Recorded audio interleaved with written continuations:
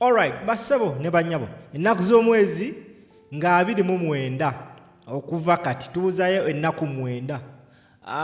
Dax Vibe lwalinayo ekivulu kye wali eri erugogo. For the first time in history, Dax Vibe ndowooza ye muyimbi asoose ofuna endorsement video ey'amaanyi bukyanga bayimbi batandika kukozesa public figures kubalangira show zaabwe. Dax Vibe fena tukimanyi muganda wa Bobi Wine, muto wa His Excellency Bobi Wine. Ate fena tukimanyi bulungi nnyo ye yamukuza mu bufunze Barbie Kyagulanyi Itungwe yakuza Dax Vibe. Bobi Wine talking Dax nga akyali muto. Remember ye last born wayo family yaabwe.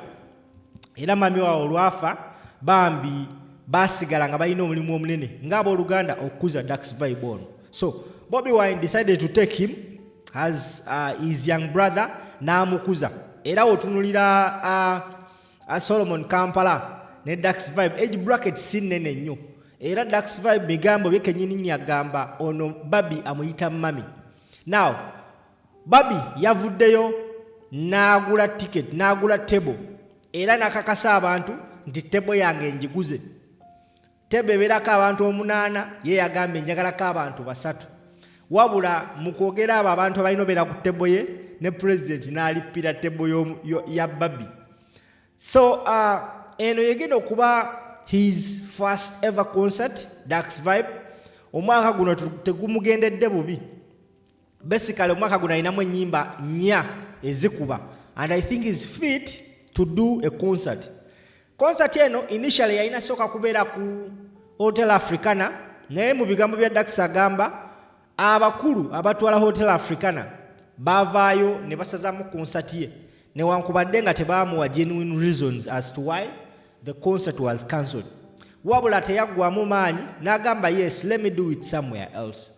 Dax Vibe alina ennyimba ne Azawi, alina oluyimba ne Vinka, alina oluyimba ne Swang ne Elijah Kitaka.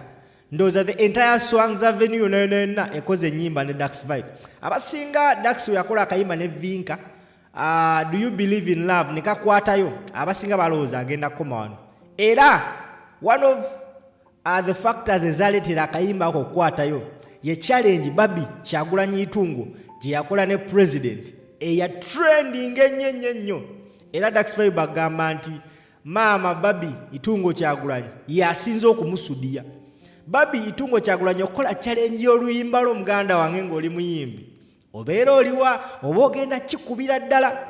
Waliwo akayimba k'Abanyankole era Barbie ke yakola challenge ne ka trending newankubadde ng'omuyimbi yabula, naye nga omukyalo oyo w'amaanyi nnyo nga bw'okiwulira. Yavuddeyo ne bakola video ng'aguze table ye. Era n'akowoola abantu okubeerawo ku concert, maiden concert ya Dax Vibe. Ekyenjawulo ekiri ku concert ya Dax Vibe newansonga lwaki nandiyagadde bannayuganda mugende muwagira ono omwana omuto. First and foremost, Dax Vibe mwana muto ayimbira ddala. He has real talent. As in singa ali omuliddeko ng'ayimba live. Sometime back twamukyazaako ku Komatose ekisaasi. Tulinawo night yaffe. Of course najja just kuyitawo buyisi. Yakwata microphone wow. Nengamba yes. Truth be told, mu family y'abasentamu abayimbi tubadde tulinayo 2. Twalina His Excellency the President, ye yakita yasigaza just kikola bibye, then ne Ediawe abasigadde munansonyiwa. Now Dax Vibe ayongedde genda maaso okusitula omumuli gwa family, ayimbira ddala. So concert yeyo ekyennaku nti eriko ebivulu ebirala ebyamuteereddwako. Kuliko Cindy naye alina concert on the same day, ate ng'eri mu the same vicinity.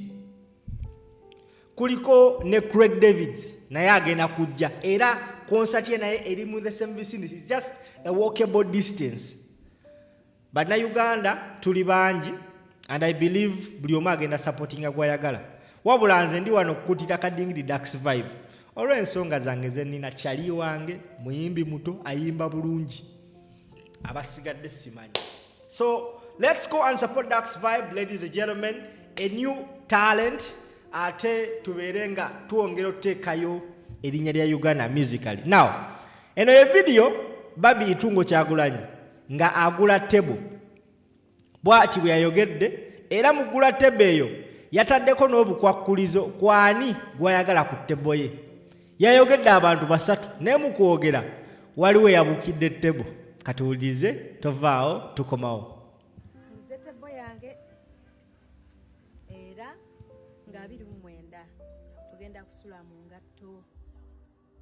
Table yange kuliko entebe meka? Entebe 8 ebyokunywa ebyokulya byonna wine byonna.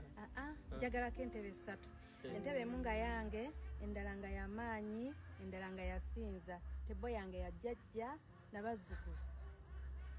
Akati nze maama temuntwale. Naye tufunye obuzibu. President w'abantu tumuyi.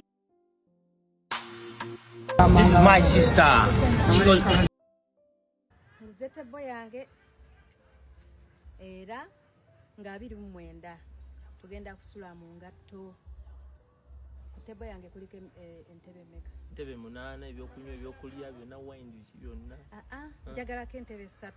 Entebe emu nga yange, endala nga y'amaanyi, endala nga yasinza. Table yange ya jjajja n'abazzukulu.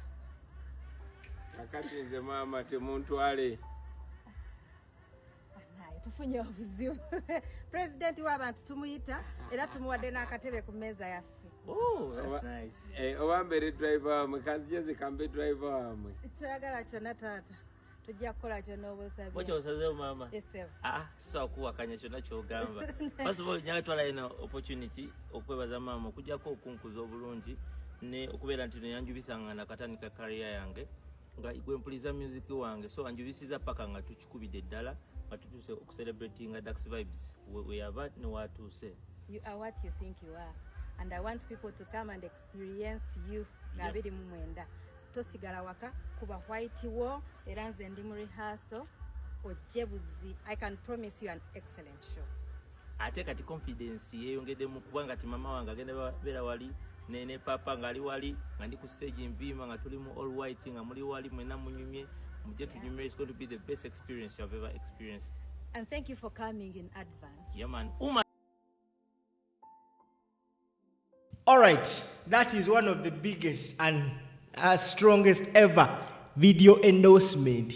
Buchanga bayimbi batayiza Bobi Wine kubakolera drop. Ate eno yo nkambwe nnyo.